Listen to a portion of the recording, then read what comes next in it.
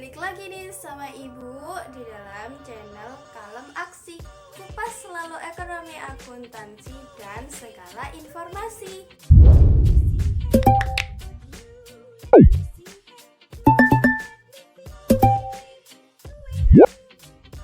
Pada hari ini kita akan membahas tentang kebijakan perdagangan internasional. Nah, seperti apa materinya? Sebelum kita masuk ke materi, jangan lupa kalian klik subscribe dan juga bunyikan loncengnya agar kalian tidak akan ketinggalan setiap materi yang akan Ibu paparkan. Lalu, apa sih kebijakan perdagangan internasional itu sendiri? Nah, kebijakan perdagangan internasional itu sendiri dapat diartikan sebagai sebuah tindakan yang dilakukan untuk mengatasi sebuah kesulitan atau masalah dalam hubungan perdagangan internasional guna melindungi kepentingan dari nasional. Kemudian, kebijakan perdagangan internasional itu dapat dilaksanakan untuk dua bidang kegiatan perdagangan internasional. Nah, apa saja itu? Yang pertama, itu ada kebijakan perdagangan internasional di bidang impor. Yang kedua, kebijakan perdagangan internasional di bidang ekspor. Selanjutnya yang akan kita bahas dari dua bidang kebijakan perdagangan internasional ini, kita akan membahasnya satu persatu dan kita akan mulai dari kebijakan perdagangan internasional di bidang impor.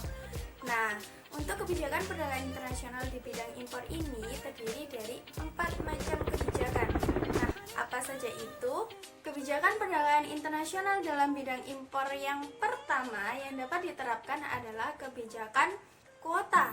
Nah, apa sih kebijakan kuota itu? Nah, jika kita membahas tentang apa itu kuota, kuota dapat diartikan sebagai suatu jumlah yang telah ditetapkan untuk suatu kegiatan dalam suatu masa tertentu. Nah, lalu apa artinya kebijakan kuota impor dalam perdagangan internasional? Kuota di dalam impor dapat diartikan sebagai total jumlah barang yang dapat diimpor ke dalam suatu negara dalam masa tertentu, yang mana jumlah barang ini tidak akan mengganggu industri dalam negeri. Yang kedua adalah kebijakan tarif. Nah, untuk kebijakan tarif ini diambil oleh pemerintah dengan menetapkan tarif tinggi untuk jenis-jenis barang yang akan diimpor. Dengan pengenaan tarif ini, maka harga barang-barang impor akan lebih mahal, sehingga barang-barang sejenis yang diproduksi di dalam negeri akan memiliki daya saing dan dikonsumsi oleh masyarakat. Kebijakan yang kedua adalah kebijakan subsidi. Dengan kita melaksanakan kegiatan perdagangan internasional, akan ada kemungkinan terjadi perbedaan harga antara harga barang impor dengan harga barang yang diproduksi di dalam negeri. Dengan adanya perbedaan harga ini, akan ada kemungkinan bahwasanya harga barang impor itu akan cenderung lebih murah. Nah, agar harga barang dalam negeri ini tadi dapat ditekan oleh pemerintah, maka pemerintah dapat memberikan subsidi kepada produsen dalam negeri dengan harapan harga-harga barang dalam negeri akan lebih murah. Kebijakan yang keempat adalah kebijakan larangan impor. Dengan berbagai alasan, terdapat beberapa barang-barang tertentu yang tidak boleh diimpor. Misalnya adalah barang-barang yang dapat membahayakan masyarakat. Kebijakan larangan impor ini biasanya muncul akibat suatu negara terlebih dahulu melarang kegiatan impor terhadap negara lainnya. Kebijakan larangan impor yang diterapkan ini ternyata juga dapat menghemat devisa negara. Nah, sampai di sini sudah paham kan ya kebijakan perdagangan internasional di bidang impor. Nah, selanjutnya kita akan masuk ke dalam kebijakan perdagangan internasional di bidang ekspor. Kebijakan yang pertama adalah kebijakan diskriminasi harga. Nah, apa sih kebijakan diskriminasi harga itu? Nah, kalau kita membahas tentang diskriminasi itu kan cenderung dengan suatu tindakan atau perlakuan yang berbeda terhadap suatu hal dengan hal yang lain. Nah, lalu apa diskriminasi harga itu? Dalam hal ini, diskriminasi harga dapat diartikan sebagai penetapan harga barang yang berbeda terhadap satu negara dengan negara lain yang akan kita ekspor.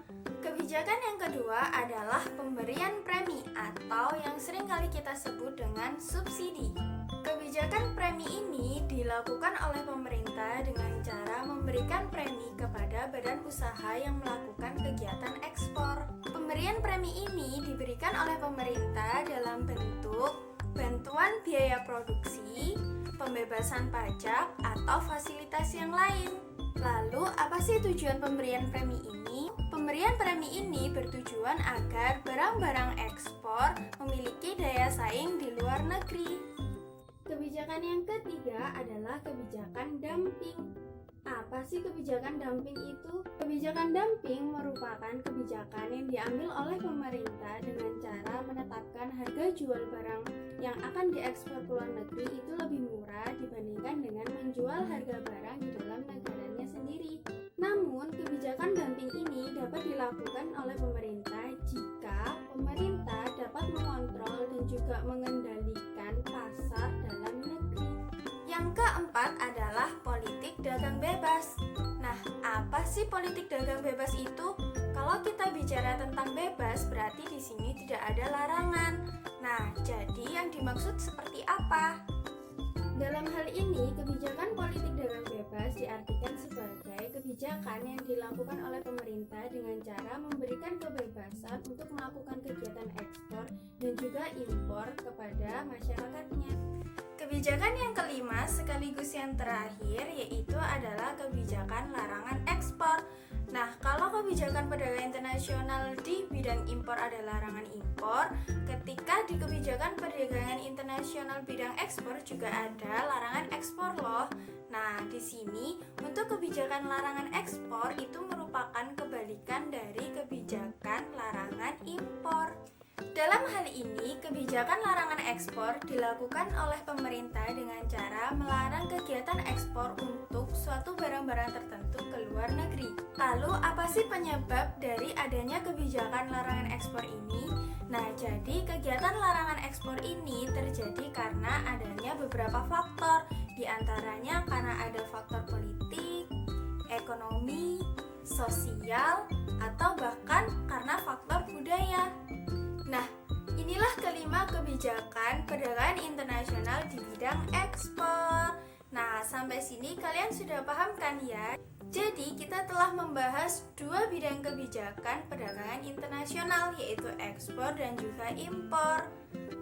Cukup sampai di sini ya. Semoga apa yang kita pelajari hari ini dapat bermanfaat untuk kita semua. Tentu saja dapat membuka cakrawala kita tentang perdagangan internasional. Oh iya, jangan lupa di kolom komentar nanti akan ada beberapa pertanyaan atau soal terkait dengan kebijakan perdagangan internasional.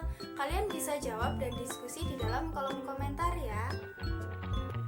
Oke, kalau gitu Ibu undur diri dulu